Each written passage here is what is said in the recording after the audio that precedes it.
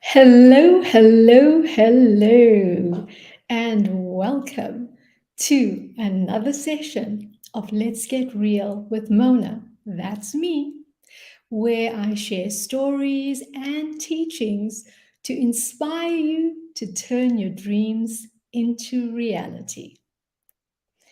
Now, today is a special day because it's not just another Monday and the beginning of the week where we set our tone for the rest of the week. It's also a very significant day here in South Africa and across the world because it is Nelson Mandela International Day. Yes, every year on the 18th of July, and it's been for quite some time now, that this day has been declared, it's the birthday of Nelson Mandela, has been declared, well, a very special day for philanthropy. Well, to use this day to make a difference in the lives of others. So, what have you been doing today? Whether you are in South Africa or across the world, like we say, that it's not just whatever we do in South Africa is only for South Africa. This is a day that's celebrated across the world. So, what have you been doing? I'd love to hear from you. And if you're just starting your day, or it's early morning, or whatever time it is for you, maybe you can still do something. And for those of you, if it's later in the day, even the evening, yes, you can still do something. Because here's the thing, with the touch of a button, you can make a difference in people's lives, because that's how easy it is now for us to contribute to other people and to make other people's lives better. So, 6 years ago, yes, when I posted this morning, at the time that I did my post, 6 years ago, Vis and I were trekking up Mount Kilimanjaro. Now, at this time of the day, 5 o'clock here for me in South Africa, we were at our camp. We had come down from the mountain and we were no longer at base camp. We were at Horombo Hut. So by this time we had come down and we were settling in because it was quite a long trek after descending after our summit. So it was quite an interesting walk down.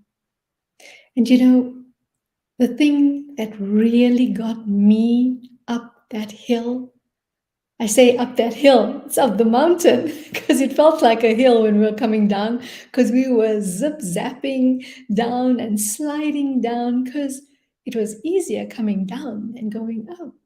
So yes, I did say hill, but I had summited a mountain, and so did my husband, Vis. Because when you get to the top and you realize what it is you've actually done, you wonder how you even were carried up that mountain, because that's how it felt. And for those of us that were on that specific journey together, we had an extra challenge on that day because we had to deal with the passing of a dear friend. So imagine climbing with that heavy heart. It felt like an added load to our shoulders. And do you know that to this day, we've not celebrated our achievement? How many of us do that? Things come up that distract us and cause us to feel guilty. And I guess for many of us that were on that journey, we felt not just sadness, we felt guilt and shame that we got to come back.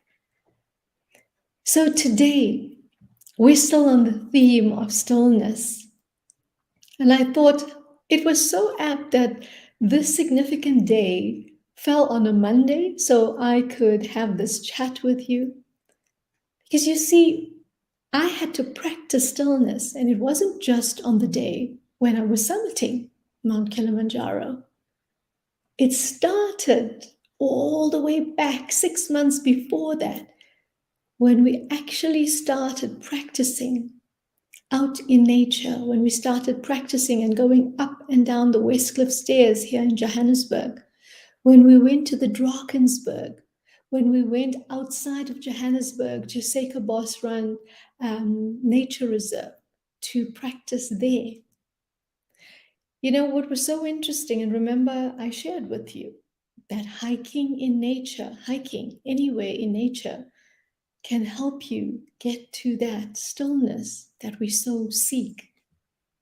And yes, whilst we were training, everybody would be in groups, yakking and hurrying off and scurrying, because what they wanted to do was get done with the training for that day. And those of you out there that are in my communities that did those trainings with me, you know that I was never in the front of the line when we were training.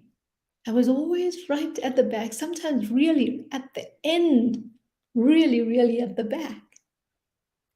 And I would have all that quiet time to myself. I'd be able to listen. I'd hear the little whispers, the things that were wanting to shift within me. Because here's the thing, I didn't know that I was the type of person who had it in me to actually climb a mountain.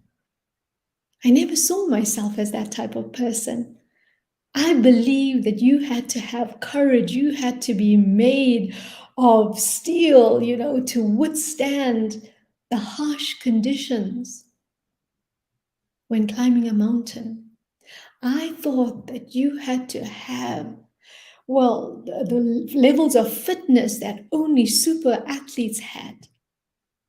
I really didn't know that I was that person too. You see, the more I stilled my mind as we trained,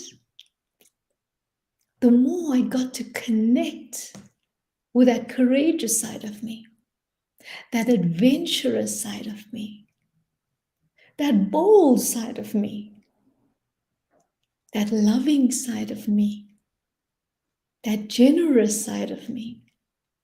You see, I didn't know I was all those things. Yes, you know, you do nice things for people around you, you do kind things for people around you, but when you can go out and you can do things for people you don't even know, now that's when the real you starts emerging. When you can make yourself uncomfortable and put yourself, because those of us that trained would tell you, those that climbed that mountain,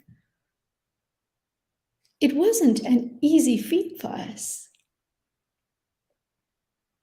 It took months of training, but whilst we were training, what were we doing?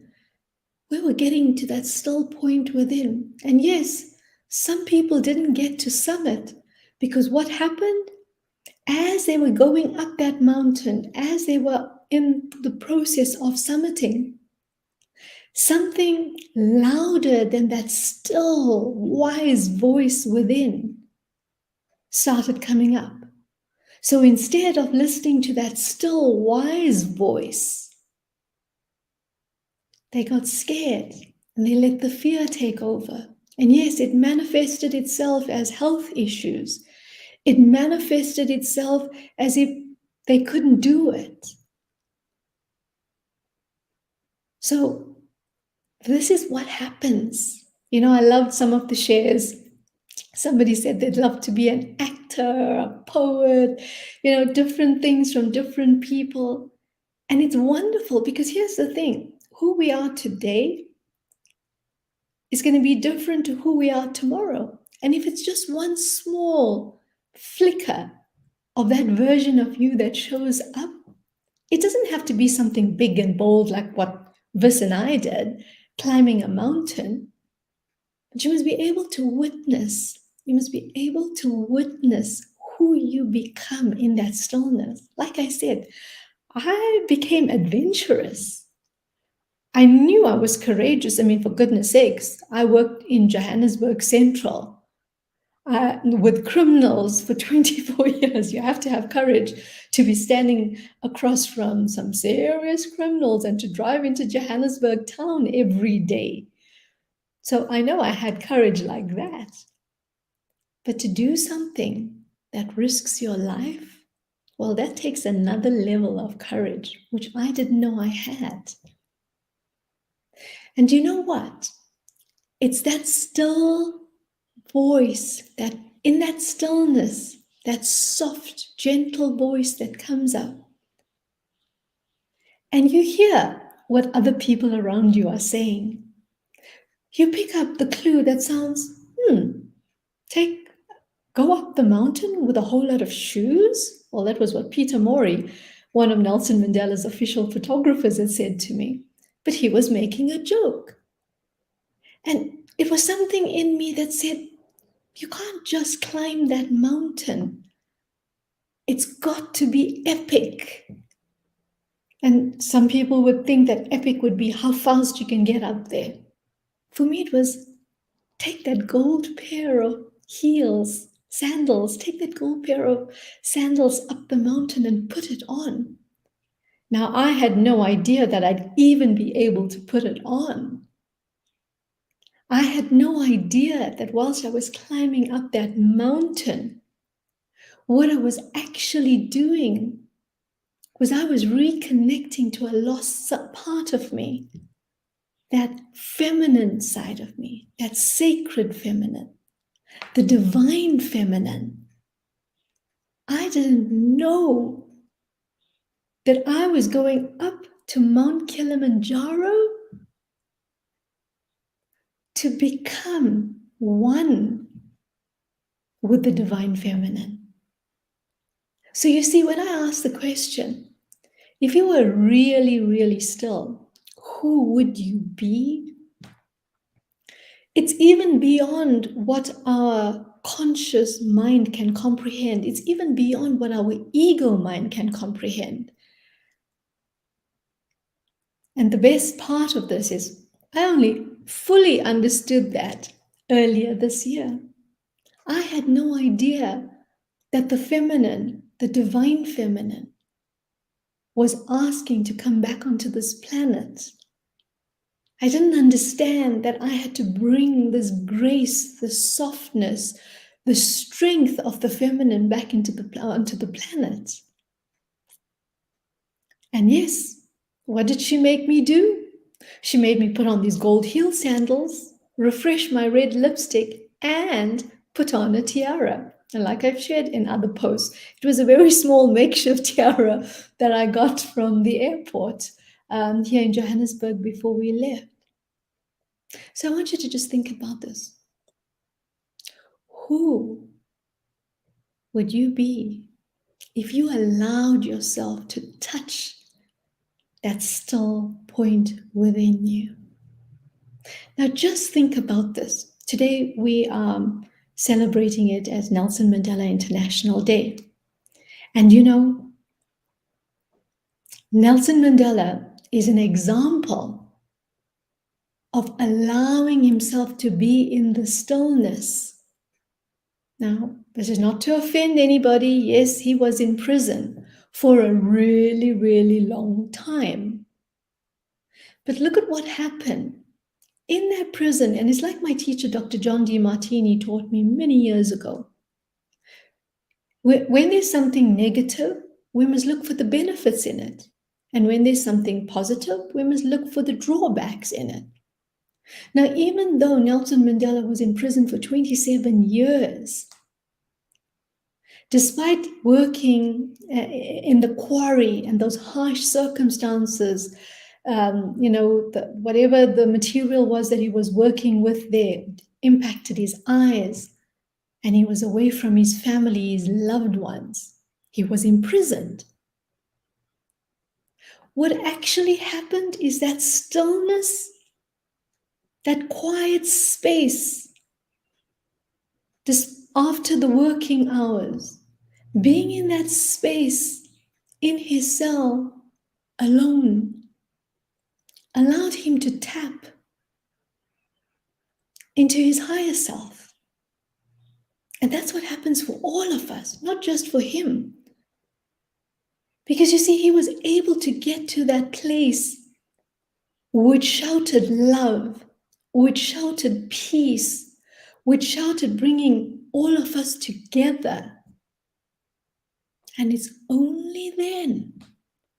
You see, when the bitterness left, when the hatred left, that was when he could walk out of that prison. Because you see, in bitterness and hatred, if we hold that within us, it keeps us in prison, whether we are in a physical one or not. We can be kept in a prison. But when we can find that stillness within us in whatever activity we do, we expand our heart. And Nelson Mandela showed us that. He showed us how he moved from hatred and bitterness to a place of peace and love. And because he did that, he not only walked out of the physical prison, he walked out of that prison that constricted him through his anger and bitterness. He released all that. So we ended up in a transition of government that was peaceful. Now, this is what's possible for all of us. Whatever challenge you are experiencing in your life right now, if you can find that still point, whatever it is you are desiring in your life, you can reach it, you can attain it, you can achieve it. Because the answers you seek towards going in that direction, the answers that you seek to bring your abundance to you, it comes through in those still moments. You see, even though people were saying, Mona, you're going to be carrying up suitcases of shoes up, making it as a joke. But in those quiet moments, those words came back. And in those quiet moments, it was like, what if I did take a pair of shoes and go up there? I didn't even know that I was going to take these dainty gold high-heel sandals. And here's the thing. When the divine speaks, when she speaks to us, it comes through other people as well. It's not just the information that comes from within us that we must listen to. Listen to what's around you. Listen to what people are saying. Listen to what you read. Listen to what comes through a song. And you'll start seeing the synchronicities in it. You'll start hearing the things, and some of it may not even make sense to you at that time. Yes, like me going up a mountain and taking a pair of gold heel sandals while the rest of my team is challenged with just getting up that mountain. So ask yourself this question, right? What is it right now that if you could just give yourself a few minutes per day to connect with the frequency of that which you desire, that abundance, whatever that means for you, because remember, abundance is wide. Who would you be? Would you be more courageous? Would you have more confidence? Would you be more loving? Would you be more generous? Would you start writing that book? Even if it's for a few minutes per day? Would you go have that conversation with someone that you've been waiting to have? Would you maybe start a part-time business? Will you allow yourself to be seen? So that's what I wanted to share with you today. Because you see, I did not know who I would become through that stillness. I had no preconceived ideas. I didn't even fully comprehend at that time what was evolving. And that's a good thing as well. Because when we try to plan everything, because somebody like me, I'm a recovering control addict. Yes. I think that's a great way to put it. I'm a recovering control addict. I wanted to know everything. But it's only through stillness that we get to see and experience magic.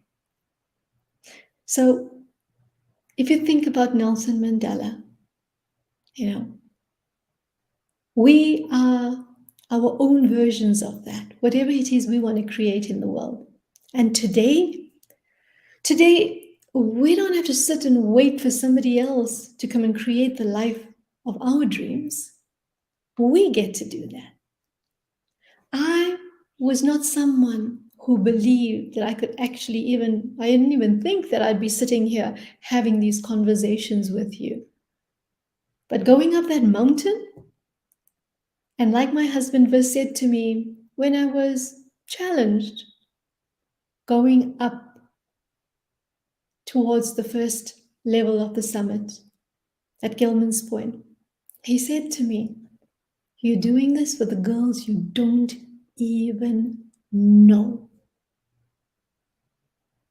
And that is what pulled me up that mountain. And like I've shared before, the funny thing about it is when I got to the top of that mountain, I was alive. I was so alive that I could put on those dainty gold heel sandals. I could walk with those gold heel sandals amongst the glaciers. I could smile when my husband said that his face was frozen. I could do things that many people were amazed that I was doing up there. So you see, I listened. I took gold heel sandals because how else do you bring the goddess back onto the planet, right?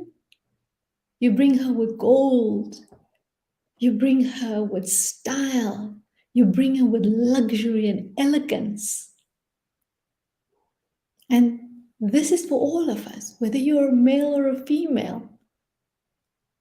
We all have the feminine essence within us. That kind, loving, generous, beautiful, abundant, creative, powerful, courageous, bold, daring, adventurous energy within us. So this Mandela Day, whatever it means for you, take this lesson from Nelson Mandela and make stillness, make it a priority in your life. Because when you do, magic is going to start happening. You're going to start creating the life that you thought was only possible sometime in the future. But when you're willing to go into stillness and practice whatever it is that your heart, your soul calls you to do, that higher version of you will start emerging. So I'd love to know what you thought about this. And I'd love to know who you would become if you really, really, really were still. If you know deep within you who's going to emerge. If you can tap into that beautiful essence that lies deep within, that will make you go climb a mountain perhaps, or make you dive into caves, cenotes in the caves, or make you go swim with dolphins, or may just send you off to sit on your porch or your veranda and watch the sunset. So it doesn't matter what it is for you, but I'd love to hear from you. And the day's not over yet. You can still do something magnificent for someone just to brighten up their day. So I'd love to hear from you.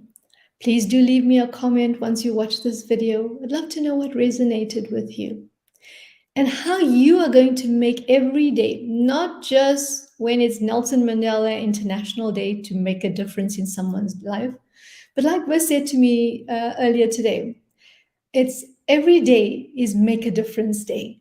Every day we get an opportunity to make a difference in someone else's life, no matter what it is. So, going forward today, are you going to do that? Are you going to commit to making a difference in your life? Yes, we start with you by practicing stillness in whatever form suits you for that day. And then sharing the generosity of your spirit with someone else, because that's what true giving is all about. So until next time, happy Mandela Day, and we'll see you soon. Ciao for now.